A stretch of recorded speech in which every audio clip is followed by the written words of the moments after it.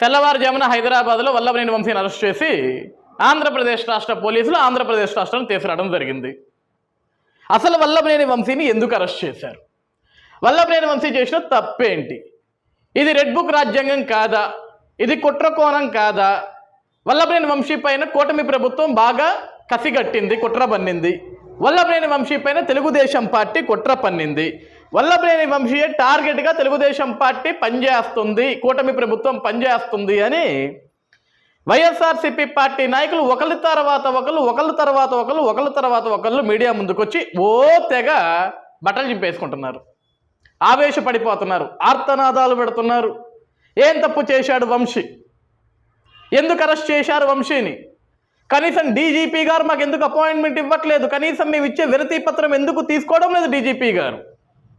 అధికారులందరూ గుర్తుపెట్టుకోండి, జాగ్రత్తగా పనిచేయండి. రేపొద్దున ఉన్నత న్యాయస్థానానికి వెళ్ళి సమాధానం చెప్పాల్సింది మీరే. నారా లోకేష్ రాడు, చంద్రబాబు నాయుడు రాడు, అనిత రాదు, ఇంకెవరూ రారు, మీరు మాత్రమే వెళ్ళాలి. ఐపీఎస్లు చదువుకున్నారు మీరు. ఇవన్నీ మాట్లాడుతున్న వ్యక్తులు ఎవరాయా అంటే, ఈ శుద్ధపూస కబుర్లని చెప్తున్న వ్యక్తులు ఎవరాయా అంటే, 5 ఏళ్ళు అధికారం ఇస్తే, 5 సంవత్సరాలు అధికారం ఇస్తే అధికారాన్ని అడ్డం పెట్టుకొని అడ్డగోలుగా ప్రవర్తించిన ఆంబోతుల్లాగా రాష్ట్రం మీద విరచుకపడి అడ్డగోలుగా రాష్ట్రంలో ఉన్న సంపదను మొత్తం దోచుకు తిని ఇది తప్పురా అని ప్రశ్నిస్తే సామాన్యుని సైతం జైలుకు తరలించి భయభ్రాంతులకు గురి చేసిన వైఎస్ఆర్సీపీ పార్టీ మేధావులు మాట్లాడుతున్నారు. ఇవన్నీ కూడా దేనికి? వంశీని ఎందుకు అరెస్ట్ చేశారు? ఇది కుట్ర కాదా? ఇది తప్పు కాదా? దేనికి అరెస్ట్ చేశారు వంశీని? ఈరోజు వైఎస్ఆర్సీపీ పార్టీ నాయకులు ఒక్కొక్క మాట మాట్లాడుతున్నారు. వంశీని ఎందుకు అరెస్ట్ చేశారు అంటే, గతంలో చంద్రబాబు నాయుడు గారు కుటుంబాన్ని దూషించాడు, దానికోసమే కక్ష కట్టి వంశీని అరెస్టు చేయించారని ఈరోజు మీడియాల ముందుకు వచ్చి మీరు మాట్లాడుతున్నారు. అయ్యా బాబు, మీరు మాట్లాడే ముందు ఫస్ట్ మీరు అందరూ కూడా చదువుకోవాలి. అందుకే అప్పుడప్పుడు బడికి పోండ్రా అంటుంటారు. కనీసం బడికి వెళ్ళి 4 అక్షరాలు నేర్చుకుంటే అసలు ఎందుకు అరెస్ట్ చేశారు, ఏ కారణాలతో అరెస్ట్ చేశారనే విషయం మీకు అర్థమవుతుంది. మీడియా చెప్తుంది, పోలీసు వాళ్ళు చెప్తున్నారు, ఈరోజు ప్రభుత్వ యంత్రాంగం చెప్తుంది. వల్లభనేని వంశీని ఎందుకు అరెస్టు చేశారు అంటే, వల్లభనేని వంశీని అరెస్టు చేసిన కారణం ఒక సాక్షిని భయపెట్టి, ఒక ఐ విట్నెస్ని భయపెట్టి, నువ్వు తప్పుడు సాక్ష్యం చెప్పకపోతే నిన్ను నీ కుటుంబాన్ని హతమారుస్తామని బెదిరించి కిడ్నాప్ చేసి కారెక్కిచ్చి తీసుకొని నేరుగా కోర్టుకు తీసుకెళ్ళి అతని భయభ్రాంతులకు గురి చేసి తప్పుడు మాటలు జడ్జి గారి ముందు మాట్లాడిపిస్తే పోలీస్ యంత్రాంగానికి అప్పుడు దాకా కంప్లైంట్ ఇచ్చిన సాక్షి మళ్ళీ ఈరోజు ఎందుకు రివర్స్లో మాట్లాడాడు అని చెప్పేసి ఒక డౌట్ వచ్చి వాళ్ళు ఎంక్వైరీ చేస్తే తేలిన నిజమేంటయా అంటే, ఈ ప్రబుద్ధుడు వల్లభనేని వంశీ ఆ సాక్షి సత్యవర్ధన్ అతన్ని కిడ్నాప్ చేసి భయభ్రాంతులకు గురి చేసి నువ్వు ఈరోజు తప్పుడు సమాధానం చెప్పకపోతే, తప్పుడు సాక్ష్యం చెప్పకపోతే నిన్ను నీ కుటుంబాన్ని హతమారుస్తామని బెదిరించారు. మరి తప్పుడు పని చేసిన వంశీని అరెస్టు చేయకుండా అరిటాకేసి అన్నం పెడతారా? కిడ్నాప్ చేసిన ఏం చేయాలి అరెస్ట్ చేయకుండా? ఈరోజు ఒక సాక్షిని, ఒక ఐ విట్నెస్ని బెదిరించి భయభ్రాంతులకు గురి చేసి నీ కుటుంబాన్ని నేను హతమారు చేస్తాను, నీకు జీవితం లేకుండా చేస్తామని ఒక దళితుడు, దట్టు సత్యవర్ధన్ ఒక దళిత కుటుంబీకుని భయపెట్టి బెదిరించి, గడిచిన 5 సంవత్సరాల్లో కూడా మీకు అధికారం ఉన్నప్పుడు దళితుల్ని వేధించారు కదా, డోర్ డెలివరీలు చేశారు కదా, చంపేసి మాస్క్ అడిగిన పాపానికి పిచ్చోని చేసి ముద్రించి చంపేశారు కదా. ఈరోజు కూటమి ప్రభుత్వం వచ్చిన తర్వాత కూడా, మీ అధికారం కోల్పోయిన తర్వాత కూడా మీరు ఇంకా రౌడీజాన్ని చలాయిస్తుంటే, రౌడీ మోకల మొత్తం రోడ్ల మీదకి వచ్చి ఇష్టానుసారంగా ప్రవర్తిస్తా అంటే పోలీస్ యంత్రాంగం చూస్తూ కూర్చోవాలా? అరెస్టులు చేయకూడదా?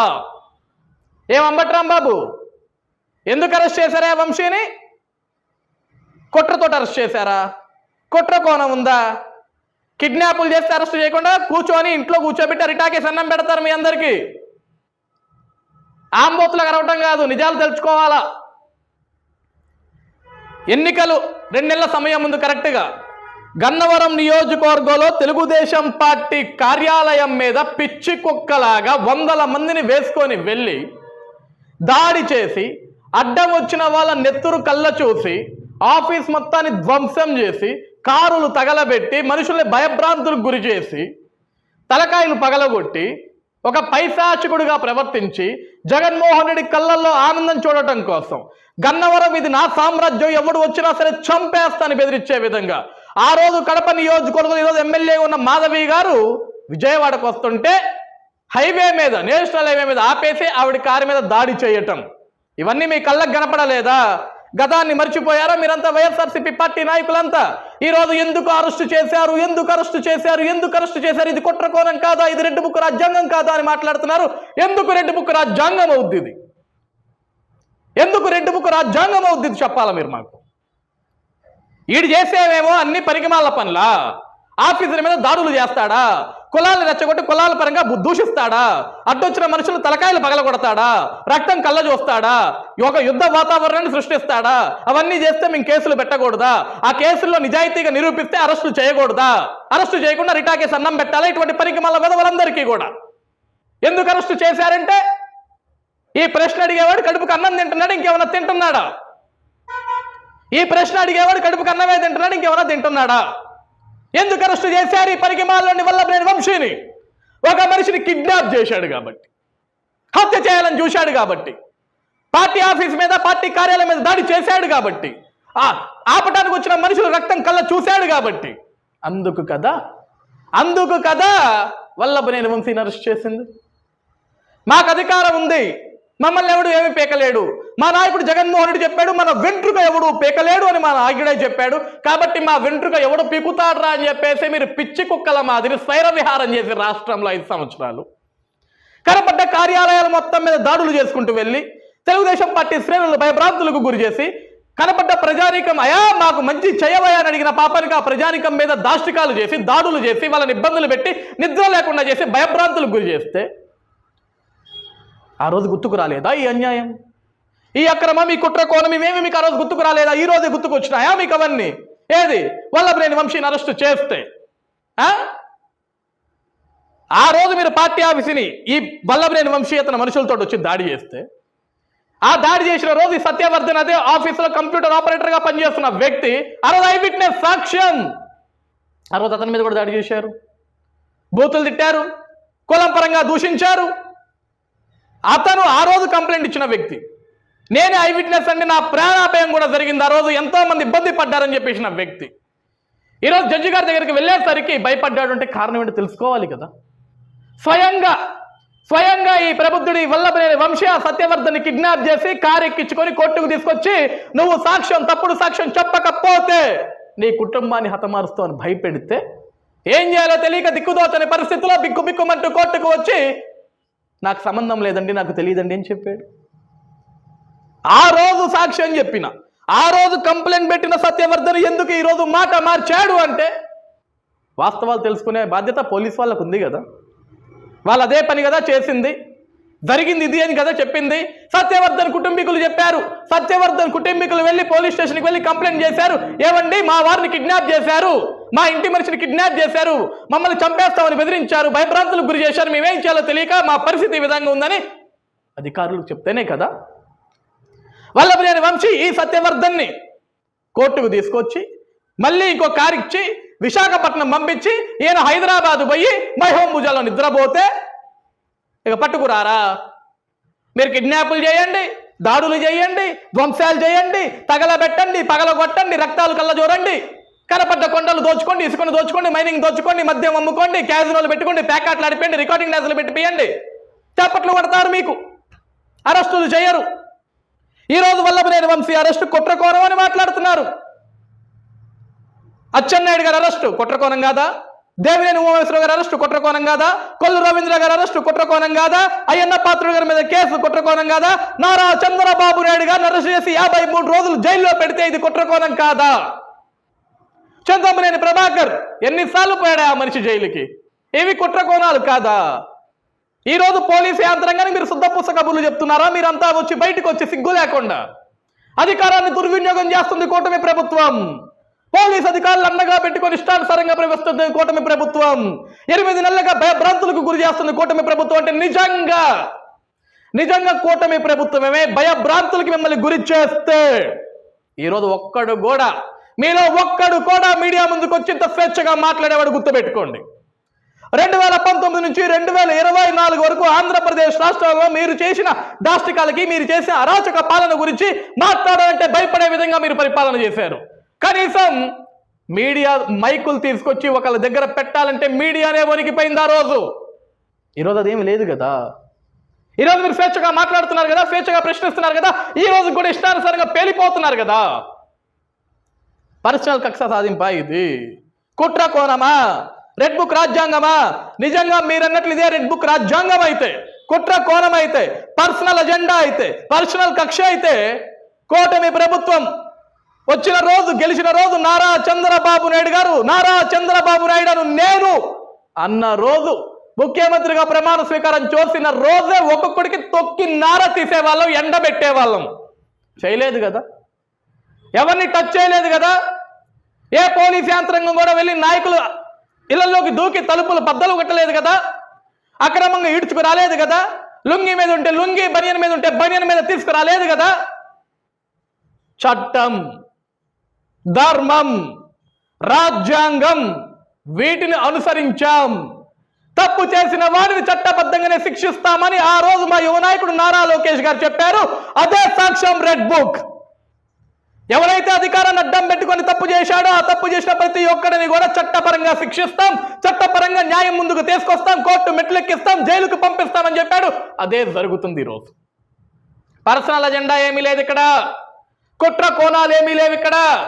ఈరోజు పర్సనల్ గా వెళ్ళాలి అనుకుంటే కూటమి ప్రభుత్వం వచ్చిన మొట్టమొదటి నెలలోనే 5 సంవత్సరాలు ఎవడెవడైతే 2019 నుంచి 2024 వరకు 5 సంవత్సరాలు ఎవడైతే మా మీద దాష్టికాలు చేశారు, తెలుగుదేశం పార్టీ కార్యకర్తల్ని, జనసేన పార్టీ కార్యకర్తల్ని, బీజేపీ పార్టీ కార్యకర్తల్ని ఇబ్బందులకు గురి చేశారు. ఇది తప్పురా అని ప్రశ్నించే ప్రతి ఒక్క సామాన్యుడి పైన కూడా మీరు కేసులు పెట్టి బెదిరించారు.